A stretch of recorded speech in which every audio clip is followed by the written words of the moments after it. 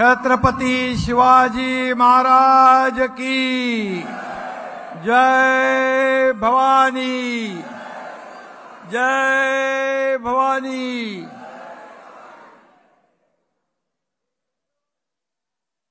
हिंदू हृदय सम्राट बाळासाहेब ठाकरे यांचा, धर्मवीर आनंद दिघे साहेबांचा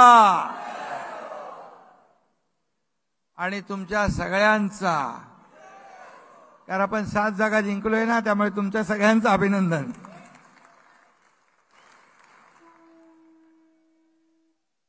आणि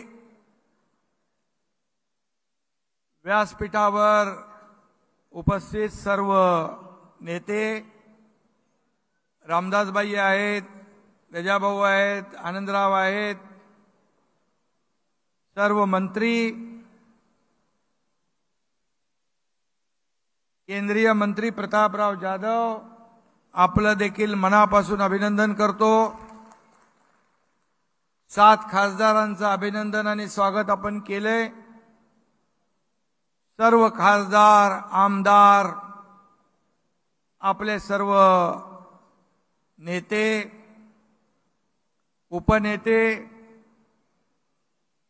जिल्ह्याचे प्रमुख, व्यासपीठावरील सर्व सन्माननीय मान्यवर, उपसभापती आपल्या नीलमताई आहेत, महिला आघाडी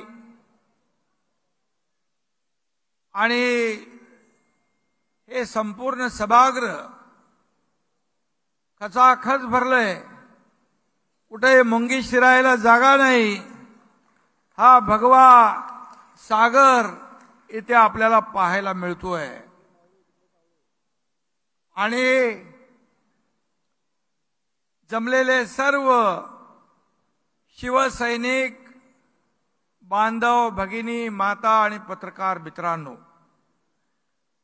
बाळासाहेबांनी स्थापन केलेल्या शिवसेनेचा आज 58वा वर्धापन दिन आहे। मराठी माणसाच्या न्याय हक्कासाठी शिवसेना प्रमुखांनी खऱ्या अर्थाने शिवसेना सुरू केली, स्थापन केली, त्याचा 58वा वाढदिवस। खरं म्हणजे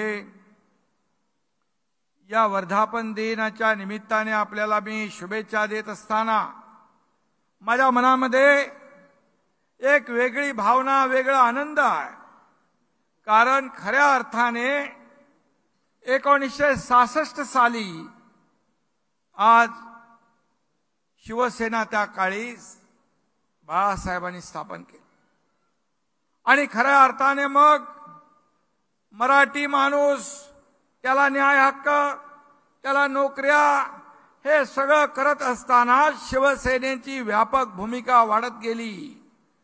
शिवसेना पूर्ण देशभरामध्ये आपली एका हिंदुत्वाचा पुरस्कार आणि गौरव करणारी संघटना म्हणून लोकप्रिय झाली। आणि आज शिवसेना वर्धापन दिन आहे। शिवसेना वाढली ठाण्यात, शिवसेना वाढली कोकणात, शिवसेना वाढली संभाजीनगरमध्ये, शिवसेना वाढली महाराष्ट्रामध्ये। आणि हे सर्व शिवसेनेचे बालेकिल्ले आहेत। आणि आपण हे बालेकिल्ले आज अबाधित राखले। कोणी म्हणाला ठाणे पडेल, कल्याण पडेल, महाराष्ट्रामध्ये आज आपण पाहिलं ठाणे, कल्याण 2-2 लाखापेक्षा जास्तीच्या मताधिक्याने आपण जिंकलं।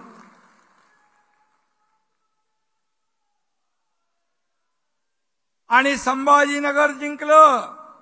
भुमरे इकडे आहेत। कोकणामध्ये एकही जागा उभाटाला मिळू शकली नाही।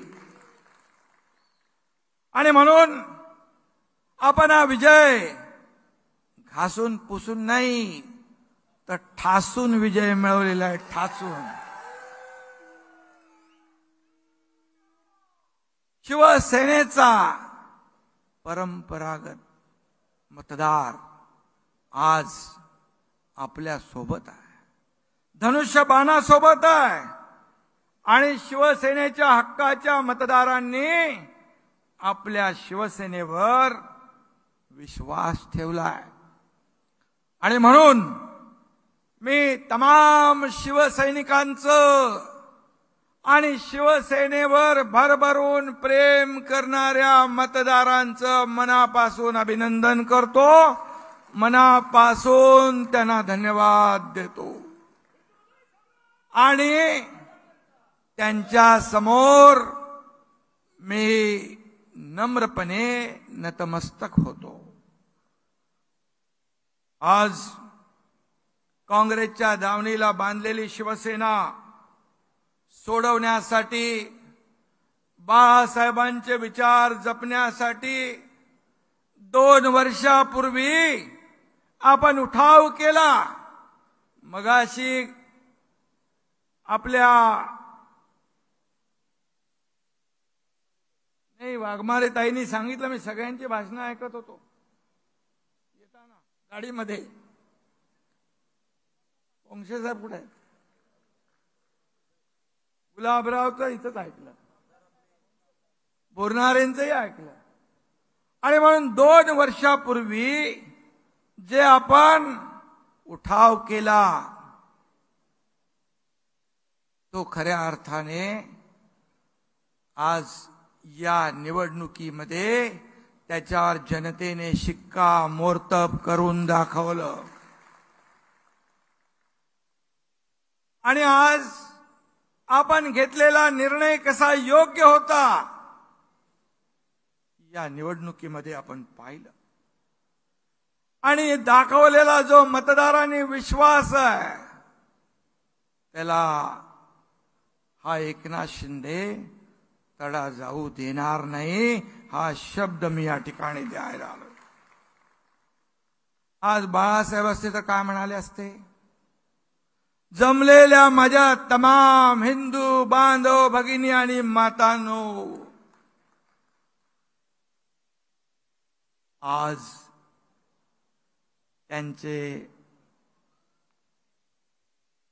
त्यांचा वारसा सांगणारे त्यांना हिंदू म्हणून घेण्याची लाज वाटू लागली आहे.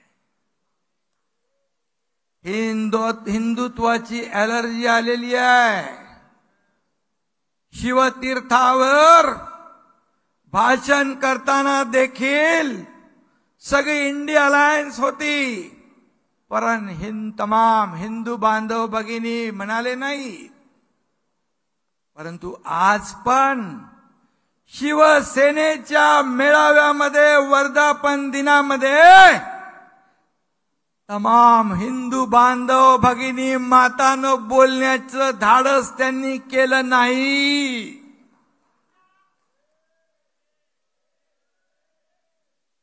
कसलं हिंदुत्व आहे तुमचं? कुठं गेलं हिंदुत्व? अरे बाळासाहेबांचं नाव घेण्याचा अधिकार देखील तुम्हाला राहिलेला नाही. बाळासाहेबांचा फोटो लावून तुम्हाला मत मागण्याचा देखील नैतिक अधिकार राहिलेला नाही. गर्व से कहो हम हिंदू है ही गर्जना बाळासाहेबांनी संपूर्ण देशात घुमली, गाजवली. आणि मी हिंदू आहे, मी हिंदू आहे, मी हिंदू आहे, आमचं हिंदुत्व असं आहे, आमचं हिंदुत्व आहे. कुठं गेलं हिंदुत्व?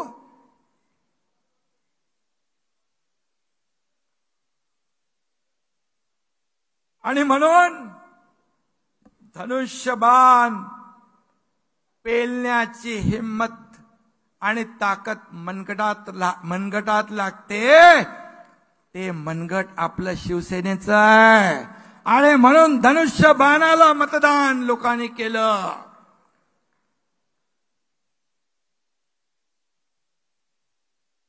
आणि एवढी कसली लाचारी मतांसाठी? बाळासाहेबांच्या विचारांना तुम्ही तिलांजली दिली. बाळासाहेबांचे विचार तुम्ही पायदळीत उडवले. आज आपण लोकसभेच्या 7 जागा जिंकलो. रामदासभाई, आपण आणखी 3-4 जागा नक्की जिंकलो असतो. त्या जागा 5 जागा. माझा विश्वास होता, आत्मविश्वास होता. पण आपण का जागा हारलो ते आपल्या सगळ्यांना माहित आहे. मी त्याच्यामध्ये जाऊ इच्छित नाही. तुम्ही गेलात, आता आपली महायुती अधिक मजबूत करायची आहे. मागचं सगळं विसरून ही महायुती ताकदीने आपल्याला पुढे न्यायची आहे. कारण या महायुतीमध्ये मी या राज्याचा मुख्यमंत्री आहे.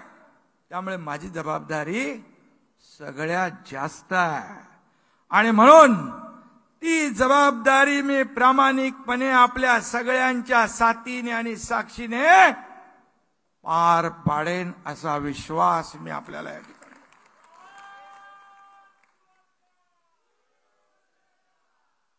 या सर्व वावटळीमध्ये,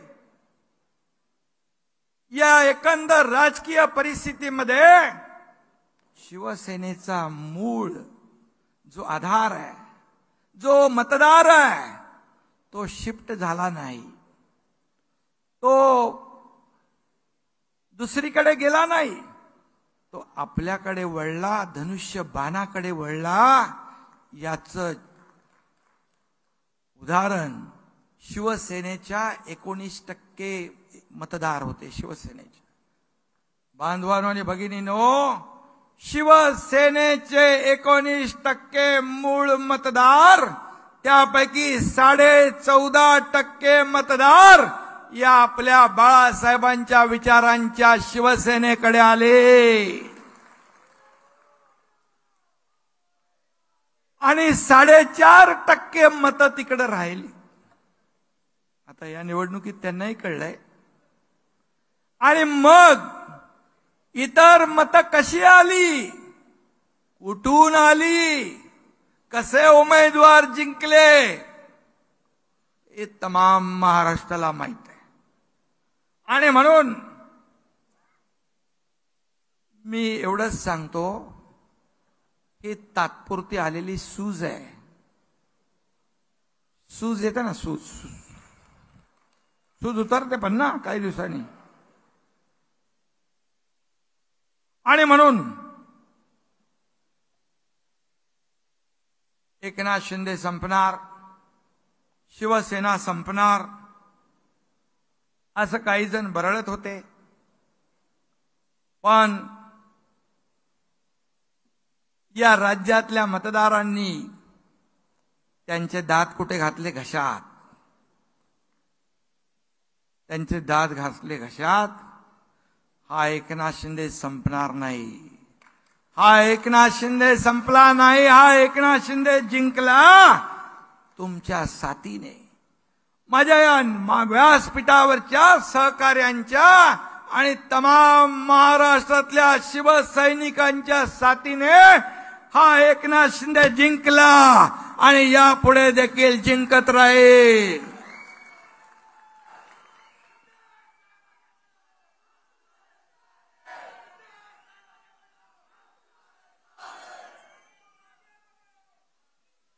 अरे हा एकनाथ शिंदे बाळासाहेबांचा सच्चा कार्यकर्ता आहे.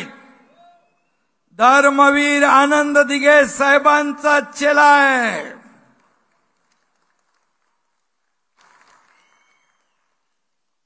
आणि तुमचं आणि या महाराष्ट्रातल्या जनतेचं प्रेम माझ्यावर आहे. आणि जोपर्यंत हे प्रेम माझ्यासोबत आहे तोपर्यंत एकनाथ शिंदे घाबरणार नाही.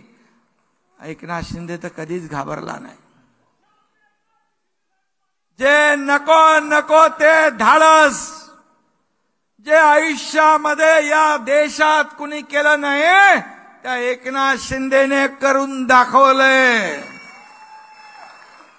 त्यामुळे भीती आणि डर हे माझ्या रक्तात नाही, माझ्या शब्दकोशात नाही.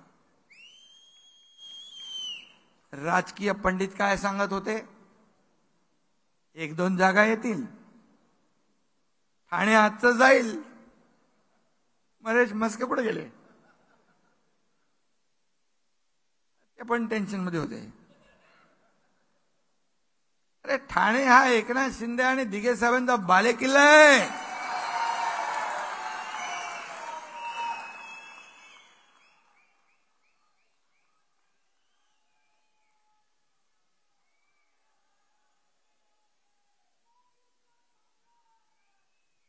अरे बाबा असं नाही करायचं. आता आणि म्हणून ठाणे कल्याणमध्ये तर मी गेलोच नाही. एकदा फक्त गेलो. अरे बाबा मला एकदा येऊ दे. श्रीकांत म्हणतो तुम्ही बाकी सगळ्या मतदारसंघात फिरा, इकडे मी बघतो. खरं आहे, श्रीकांत शिंदे बद्दल मी एवढंच सांगेन, पहिल्या वेळेस 2014ला तो जेव्हा उभा होता उमेदवार म्हणून त्याला कोणी ओळखतच नव्हतं. स्टेजवर तो फिरत होता ती नियोजन बघायला. राजनाथ सिंग साहेबांची सभा होती, तो पोलीस आयुक्त का डीसीपी होते. हे पोरगा कोण फिरतोय? मी बोला अरे तो उमेदवार आहे. एकनाथ शिंदे यांचा मुलगा श्रीकांत शिंदे उभा आहे असं 2014ला त्याचा प्रचार झाला. पण 2014 नंतर 5 वर्षात आणि पुढच्या आणखी 5 वर्षात श्रीकांत शिंदे यांनी त्यांची कामाच्या जोरावर ओळख निर्माण केली.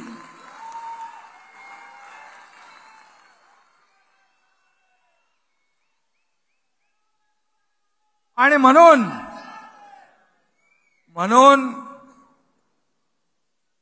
मी तिकडे जास्त वेळ न देता देखील त्यांनी चांगलं मताधिक्य घेतलं. अरे 4 लाखापर्यंत गेला होता, पण एक पेटी आली त्याचा लीड 1.5 लाखाने खास कमी झाला.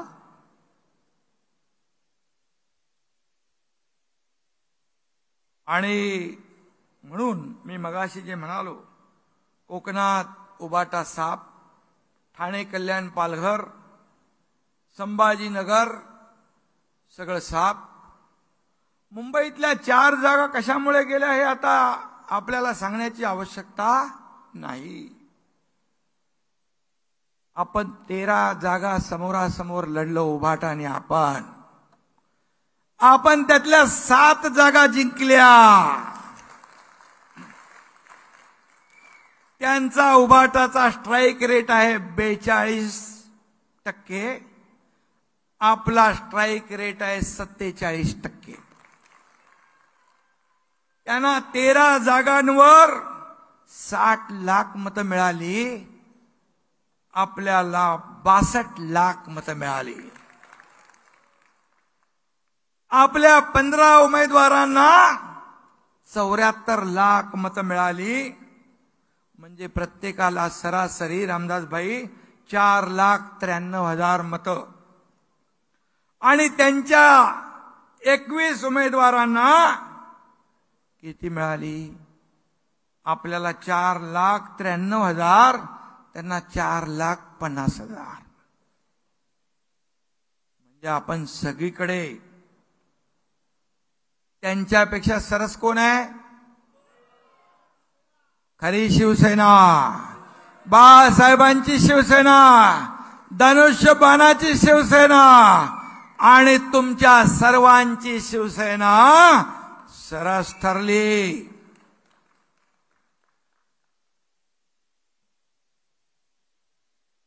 आणि त्यामुळे कोण जिंकलं आणि कोण हरलं हे स्पष्ट आहे. खरी शिवसेना कुणाची आहे याचा निकाल या निवडणुकीमध्ये जनतेनेच दिलेला आहे. आता आपण जनतेच्या कोर्टात गेलो होतो. तुम्हाला मी आठवण करून देतो, यापूर्वी झालेल्या ग्रामपंचायतीच्या निवडणुकीमध्ये आपल्याला लोकांनी ट्रेलर दाखवला होता, सगळ्यात जास्त जागा महायुतीच्या निवडून आल्या आणि आपल्या जागा शिवसेनेच्या 2200 आल्या होते, सरपंच 2200. आणि उभाटा तेव्हा किती नंबरला गेला ते माहीतच नाही पडलं. 5व्या का 6व्या? 7व्या. तुम्ही अजून एक नंबर पुढे. त्यामुळे आता खरी शिवसेना आणि दुसरं मी सांगत नाही कोण आहे हे सांगण्याची आवश्यकता नाही. आणि म्हणून वर्धापन दिन साजरा करण्याचा अधिकार हा तुमचा आणि आमचाच आहे. आता त्यांना दुसरं काहीतरी नाव ठेवायला पाहिजे. काय उभाटा आहे वाटतं, उठा बसा संघटना. काँग्रेस 328 जागा लढवून फक्त 99 जागा जिंकले. काटावर पण पास नाही झाले. पण एवढा उन्माद, जसं काय देशामध्ये काँग्रेसचं सरकार आलं, इंडिया अलायन्सचं सरकार आलं, इथे 12 जागांवर हरलेली उभाटा जीत का जश्न मना रही है. आता हीच लावायला लागेल ना भाषा. जीत का जश्न मना रही है. गिरे तो भी टांग ऊपर, ही म्हण लागू होते ना.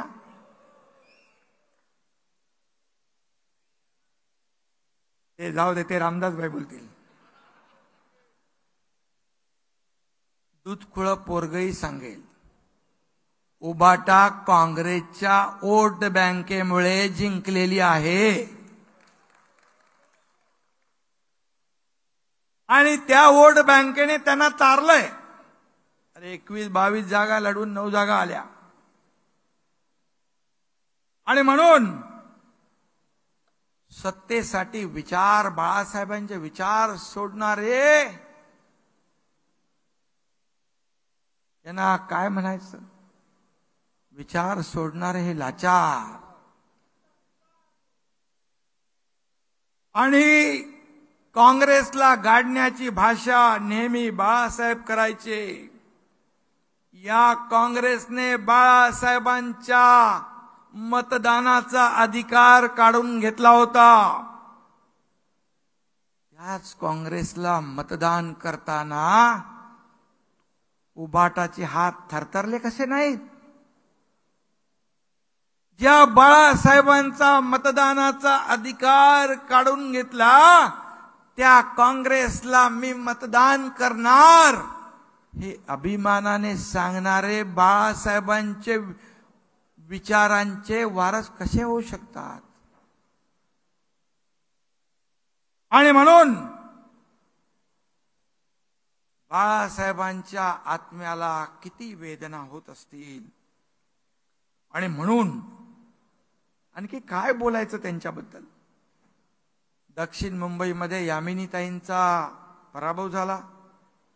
भायखळा, मुंबादेवी या ठिकाणच्या मतदानाची आकडेवारी मी तुम्हाला मुद्दाम इथं सांगतोय. Polling station number 25 Mohammad Umar road, आपल्याला किती मतं मिळाली? 4. त्यांना किती मिळाली? 542. बूथ नंबर 202 मिर्झा गालिब मार्ग, त्यांना मिळाली 797. आपल्याला किती मिळाली?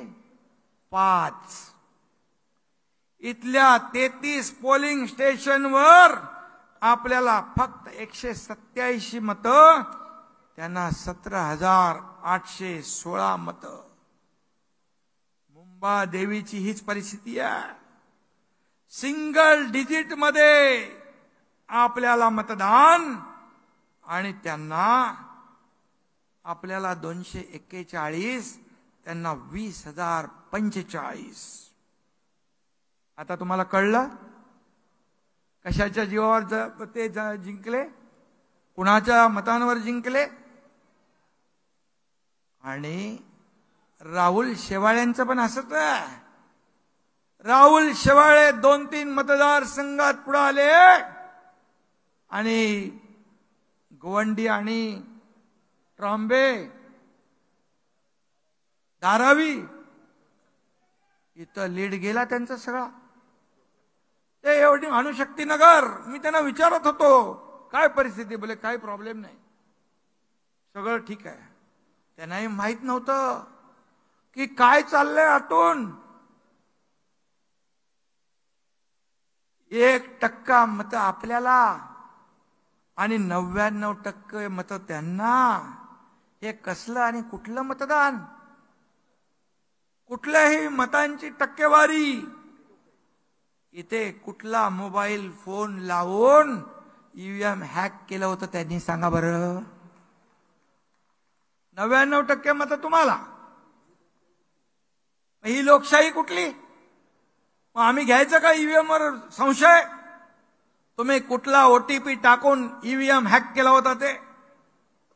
तुम्ही जिंकला म्हणजे ईव्हीएम चांगलं, तुम्ही हरला म्हणजे ईव्हीएम वाईट.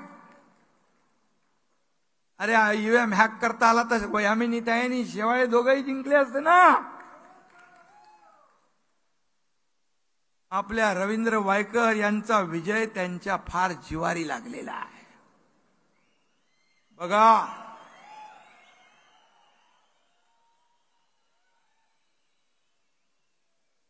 मी तुम्हाला सांगतो, हा एकनाथ शिंदे कधी आयुष्यात खोटा बोलला नाही. जिंकलो तर जिंकलो, हरलो तर हरलो. पण आम्ही जिंकलेला असताना, रवींद्र वायकर यांना हरवण्याचं काम करत असताना मी एकनाथ शिंदे का डोळे फक्त बघत राहू? मी डोळे बंद करून?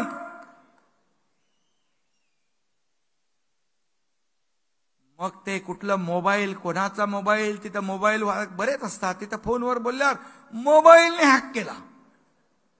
अरे जिकडे तुम्ही जिंकले तिकडे चांगली आहे ईव्हीएम. आणि म्हणून जे ईव्हीएमच्या बद्दल अनेक एक्सपर्ट लोकांनी देखील काही मतं मांडली. रवींद्र वायकर यांचा विजय पूर्णपणे जनतेचा विजय, तुमच्या मेहनतीचा विजय, मेरिटवर मिळालेला विजय आहे. कुठेही जा, कधी जा, पण विजय हा जनतेने दिलेला विजय आहे. खऱ्या शिवसेनेचा विजय आहे. नियतीने बघा,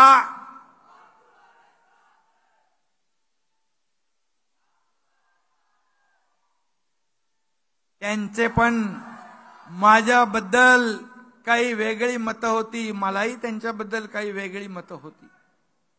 पण हे कोण करत होतं? पक्षाचे प्रमुख. कोण? पण त्यांना कळलं की अरे हा माणसाला भेटल्यानंतर कळलं हा माणूस कुठल्या मनाचा आहे.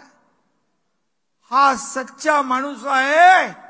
आणि जिथं आपण एवढे वर्ष होतो त्याची कारस्थानं काय काय झाली, कशी कशी आमच्यामध्ये दुही निर्माण केली हे देखील पाहिजे.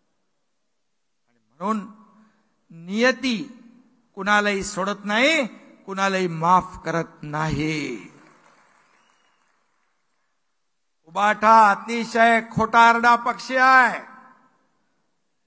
खोट आणि रडा, सतत खोटं बोलायचं आणि सारखं रडत बसायचं. त्याला काय नाव दिलं पाहिजे? अरे ढोंगी नाही, रडणाऱ्याला कुठला ढोंगी, रडेगट दिला पाहिजे. रडेगट, सारखाच रडीचा डाव. अरे त्याचं नाव नका घेऊ. जिंकलो जिंकलो असा ढोल तुम्ही पिटताय, पण कुणाच्या जीवावर हे तुम्हाला आत्माला माहित आहे. आणि म्हणून अरे माझा लिंक तुटेल मधीच मधी, तुम्ही शिवसेनेचा मतदार तुमच्या बरोबर राहिलाय का याचा विचार करा. मुंबईमध्ये त्यांच्यापेक्षा 2.25 लाख मतं जास्ती आपल्याला मिळाली.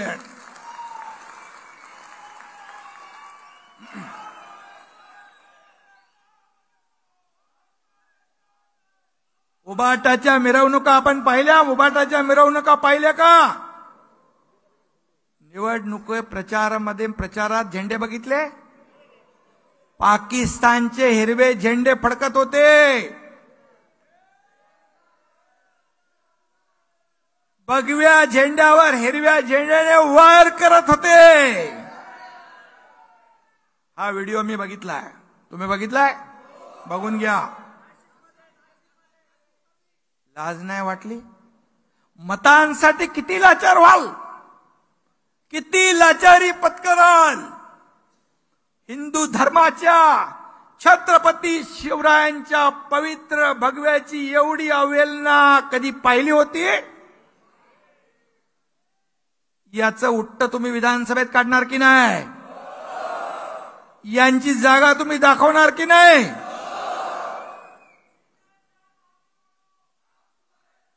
इक्बाल मुसा सारखे दुश्मन, या देशाचे बॉम्बस्फोट मधले आरोपी यांच्या प्रचारात होते.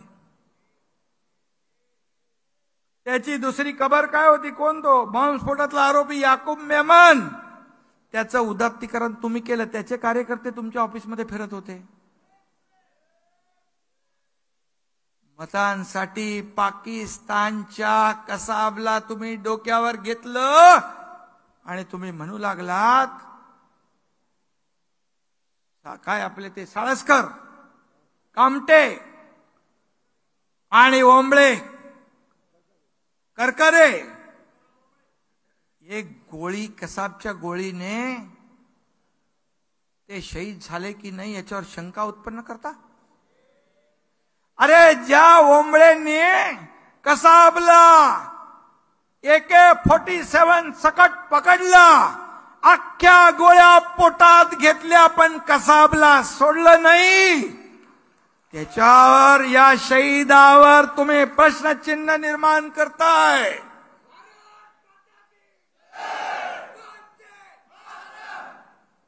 आणि म्हणून कुठं फेडणारे पाप?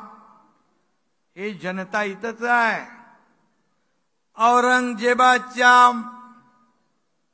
औरंगजेबाचे गोडवे गाणाऱ्यांच्या मांडीला मांडी लावून तुम्ही बसताय.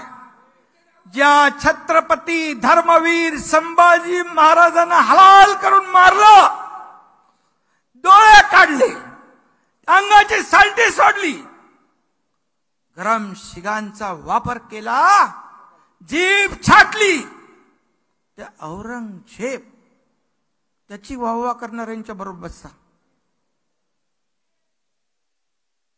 लाज वाटत नाही? थोडी जनाची नाही तर मनाची तरी बाळासाहेबांचा तरी विचार करायचा.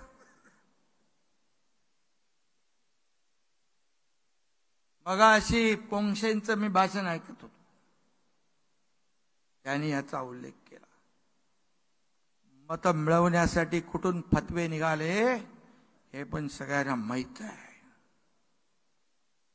आणि आता ओवेसी पेक्षा आता उबाटाच आपला मसिया यांना वाटू लागलाय. हा मेळावा कुठं होतोय? वरळीमध्ये. या वरळीमध्ये कुणाला किती मतं पडली तुम्हाला माहित आहेत? अरे इथे उबाटा जेमतेम 6,000चा लीड घेतलाय. फक्त जेमतेम. काही म्हणत होते इथे आम्ही 50,000चा लीड देणार. कुठं गेले राजीनामे देणारे? इथून लढतो, तिथून लढतो, ह्याला पाडतो, त्याला पाडतो.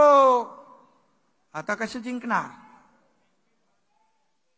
श्रीकांत शिंदे तर सोडा, नरेश म्हस्के म्हणाले मी महापालिकेत उभा राहतो, माझ्या समोर होते, म्हणजे खासदार व्हायच्या आधी. आता कसे जिंकणार? तुम्हाला भेंडी बाजार सारखा मतदारसंघ शोधावा लागेल.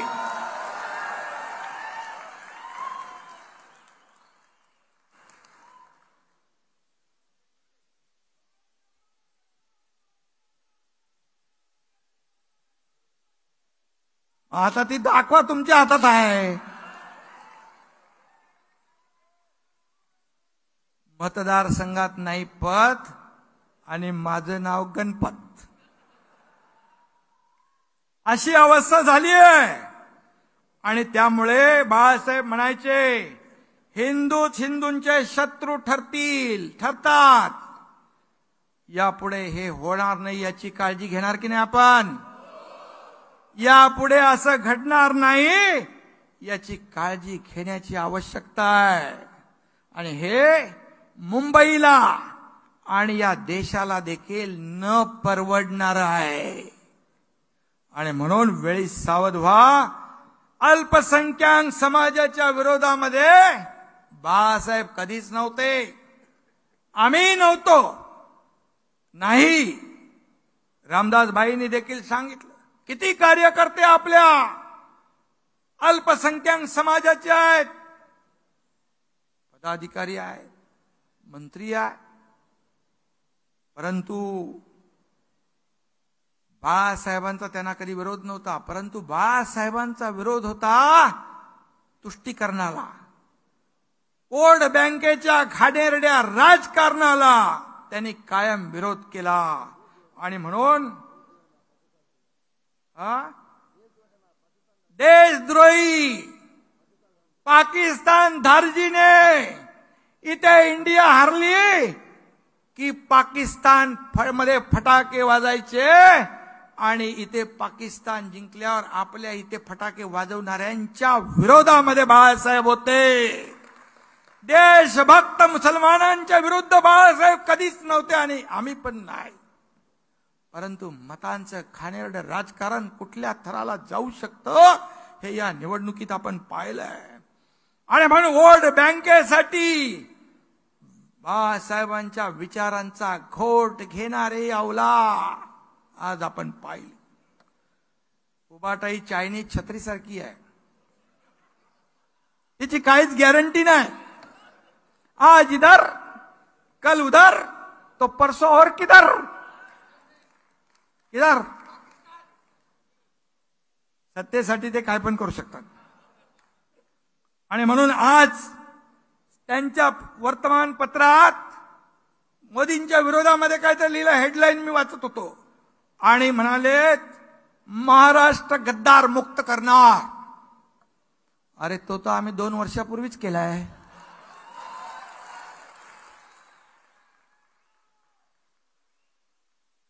दोन वर्षापूर्वीच केला ना. अरे शिवसेना भाजपा युतीची सरकार यायला पाहिजे. कुणाचं आलं? बाळासाहेबाचं आणि मोदी साहेबाचा फोटो लावून मतं मागितली, हिंदुत्वाचा प्रचार केला. या जनतेला वाटलं महाराष्ट्रातल्या शिवसेना भाजपचं सरकार येईल. आलं कुणाचं? मग बाळासाहेबांच्या विचारांची गद्दारी कोणी केली? महाराष्ट्रातल्या जनतेच्या विश्वासाला तडा कोणी दिला? मग गद्दार कोण? मग 2022ला मी केलं ते बरोबर केलं?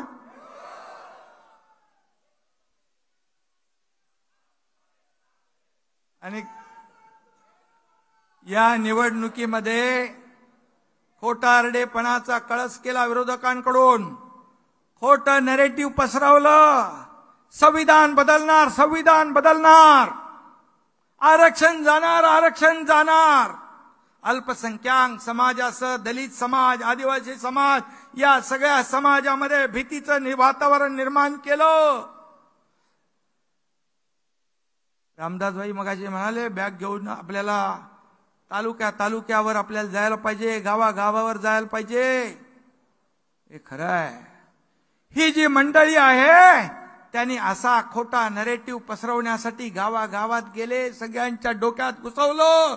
मोदी आले तर संविधान गेलं, संविधान गेलं तर आरक्षण गेलं. आणि म्हणून लोकांची सेवा करताना तो चांगला दिसतो, हे लक्षात ठेवा. नाही तर वर्क फ्रॉम होम नको, आपल्याला होम टू होम जायचंय. आणि म्हणून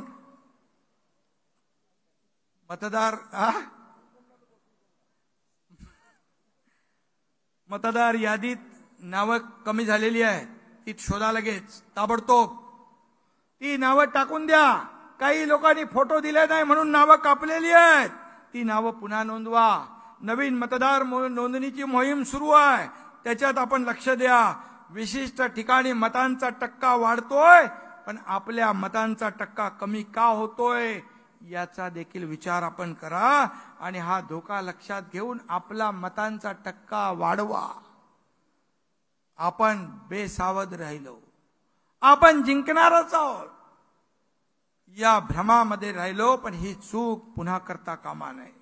आणि म्हणून मतदार संघ न्याय आपण कुठे कमी पडलो, आपण कुठे चुकलो याचं आत्मपरीक्षण करा, अभ्यास करा आणि त्यानुसार आत्ताच आपल्याला स्ट्रॅटेजी ठरवण्याची आवश्यकता आहे. मला आता रामदासबाई मगाशी मलाही बोलले आणि जाहीर भाषणातही बोलले. आणि म्हणून 2 वर्षात आपल्या सरकारने केलेली कामं लोकांपर्यंत पोचवा. 10 वर्षात मोदीजींनी केलेली कामं लोकांपर्यंत पोचवा. विरोधकांच्या खोट्या प्रचाराची दुर्गंधी ताबडतोब पसरते. आपल्या विकासाचा सुगंध आणि आपल्या विकासाची कामं तुम्हालाच पोचवावी लागतील, आपल्यालाच पोचवावी लागतील, दुसरा कोणी येणार नाही. आज आषाढीच्यावर टीका करतायत, आपण योजना केली, स्वागत करायचं सोडून त्याच्यावर टीका करतायत. आणि म्हणून खोटं बोला पण रेटून बोला. ही गोबेलचे बाप रोज सकाळी उठतात आणि खोटं बोलतात, यांचं खंडन केलं पाहिजे. आपण वस्तुस्थिती लोकांसमोर आणली पाहिजे. हे असं नाही, हे असं आहे, तरच विधानसभेत आपण मोठ्या प्रमाणामध्ये यश मिळवू शकतो. त्यांचा खोटारडेपणा खोडून काढा. आणि म्हणून मी आपल्याला एवढंच सांगतो, जंग जंग पछाडलं, मोदी द्वेषाने सगळे एकत्र आले. काय झालं? मोदी हटाव, मोदी हटाव, मोदी हटाव. मोदी तो हटाने, मोदी हटाओ हटाओ म्हणणारे मोदी हटाने वाले तो हट गए, मोदी जी तो बैठ गए. अब क्या करेंगे? आणि म्हणून मोदींना तुम्ही रोखू शकले नाही. काही लोक म्हणाले तडीपार करा, पण तुम्हाला सत्तेपासून या देशातल्या जनतेने तडीपार केलंय हे विसरू नका. आणि म्हणून हे डबल इंजिनचं सरकार आहे. 2 वर्षात डबल इंजिन सरकारने काम केले. आता केंद्रात एनडीएचं सरकार आहे आणि राज्यामध्ये देखील आपलं महायुतीचं सरकार आल्याशिवाय राहणार नाही. काळ्या दगडावरची भगवी रेघ आहे.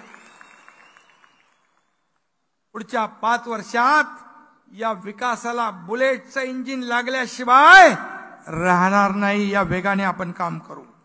आणि म्हणून एवढंच सांगतो, यांना आता थोडा काहीतरी जमाल घोटा द्यायला पाहिजे की नाही. यांची सूज जी आहे, सूज आलेली जनता उतरवेल की नाही. आणि म्हणून यांना हिंदुत्वाचा झेंडू बाम आहे ना, तो लावायची वेळ आलेली आहे. झेंडू बाम माहित आहे ना, त्यासाठी आपल्याला प्रचंड मेहनत करायची आहे. त्यासाठी आपल्याला आज निर्धार करायचा आहे. आपला निर्धार आहे शिवसेना मजबूत करण्याचा. आपला निर्धार आहे शिवसेनेचा विचार जपण्याचा, बाळासाहेबांचे विचार जपण्याचा, हिंदुत्वाची शान राखण्याचा. आणि आपला निर्धार आहे राज्याच्या प्रगतीचा आणि समृद्धीचा. आणि आपला निर्धार आहे विरोधकांना चारी मुंड्या चित करण्याचा. आणि आपला निर्धार आहे या विधान भवनावर पुन्हा एकदा महायुतीचा भगवा झेंडा फडकावण्याचा. आणि म्हणून आगामी निवडणुकांमध्ये विजय मिळवल्याशिवाय स्वस्थ बसणार नाही, अशी शपथ आज आपण घेऊया. घेणार? सगळ्यांनी शपथ घ्या. या विजयासाठी आजपासून आपण कामाला लागूया. आता आपला एकच नारा, ग्राम सभा ते विधानसभा, धन्यवाद. जय हिंद, जय महाराष्ट्र. साहेबांना विनंती.